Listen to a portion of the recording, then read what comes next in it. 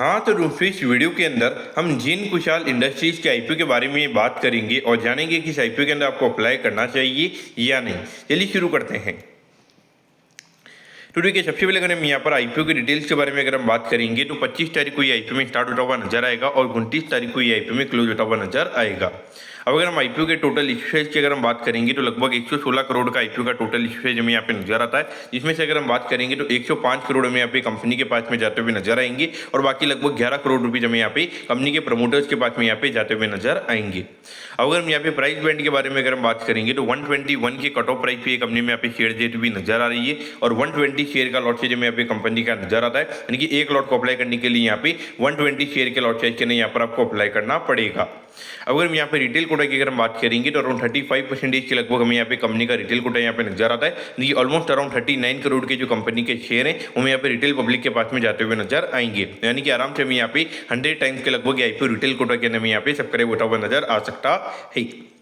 अब अगर हम यहाँ पे कंपनी के बिजनेस के बारे में अगर हम बात करेंगे तो देखिए, जो भी यहाँ पे कंस्ट्रक्शन के रिगार्डिंग जो भी यहाँ पे मशीनरी होती है तो उसको यहाँ पे कंपनी हमें यहाँ पे ग्लोबल लेवल पे हमें यहाँ पे एक्सपोर्ट करती हुई नजर आती है। लेकिन यहाँ पे कंपनी हमें यहाँ पे जो कंस्ट्रक्शन मशीनरी हमें यहाँ पे जो कंपनी एक्सपोर्ट करती है ये कंपनी हमें बनाती हुई नजर नहीं आती है। मेनली यहाँ पे कंपनी में यहाँ पे ट्रेडिंग फर्म यहाँ पे नजर आती है, यानी कि जो होलसेलर जो डिस्ट्रीब्यूटर्स वगैरह होते हैं उनसे कंपनी में यहाँ पे खरीदती हुई नजर आती है। और मेनली कुछ मशीनरी हमें यहाँ पे जो डायरेक्टली जो कंपनी बनाती है उनसे भी हमें यहाँ पे कंपनी खरीदती हुई नजर आती है और फिर उसके बाद में हमें यहाँ पे ग्लोबली हमें यहाँ पे कंपनी जो मशीनरी उसको हमें यहाँ पे एक्सपोर्ट करती हुई नजर आती है। इन कहने की अगर हम देखेंगे तो ये जो ट्रेडिंग काइंड ऑफ बिजनेस जो होता है तो यहाँ पे मार्केट बियॉन्ड पॉइंट आपको पी एक्सपेंशन नहीं देता, क्योंकि यहाँ पर आपके पास में कोई प्राइसिंग पावर नहीं है, आपकी खुद की मैन्युफैक्चरिंग नहीं है, आप मेनली कहीं और से लेकर फिर आगे सेल करने का काम कर रहे हो। तो उसको नॉर्मली मार्केट को लगता है कि ऐसे काइंड ऑफ जो बिजनेसेस होते हैं काफी वॉलेटाइल होते हैं, यानी कि कोई स्टडी ग्रोथ हमें यहाँ पे देखने को नहीं मिलता। तो वहाँ पे कहीं कि मार्केट 15-20 से ज्यादा का पी रेशियो में यहाँ पे लॉन्ग टर्म में नहीं देता हुआ नजर आता है। लेकिन अभी अगर हम कंपनी के वैल्यूएशन की अगर हम बात करेंगे तो 464 करोड़ के मार्केट कैप पे कंपनी का आईपीओ में आता हुआ नजर आ रहा है और पिछले साल लगभग 19-20 करोड़ के लगभग का प्रॉफिट कंपनी ने कमाया है। उस पॉइंट से अगर हम बात करेंगे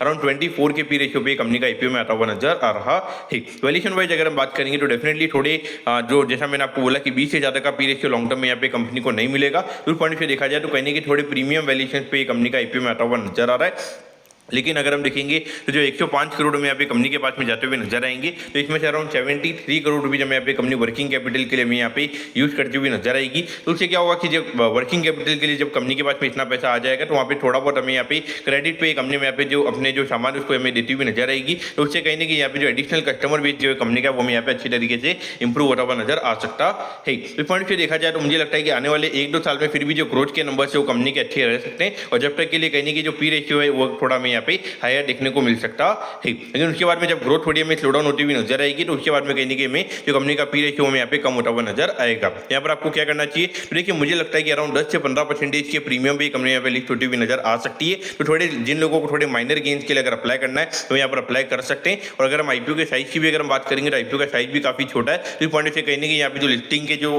यानी कि जो लिस्टिंग इनके जो चांसेस है वो यहाँ पे कहीं कि थोड़े ज्यादा साइड में रहेंगे। तो मैं कहता हूँ कि यहाँ पे जिन कुशाल इंडस्ट्रीज के आईपीओ के बारे में आपको सब कुछ समझ में आ गया होगा। अगर आपकी कोई भी क्वेरीज है आप कमेंट कीजिए, मैं जरूर आपके कमेंट पर रिप्लाई करूंगा। ओके दोस्तों, thank you, have a nice day.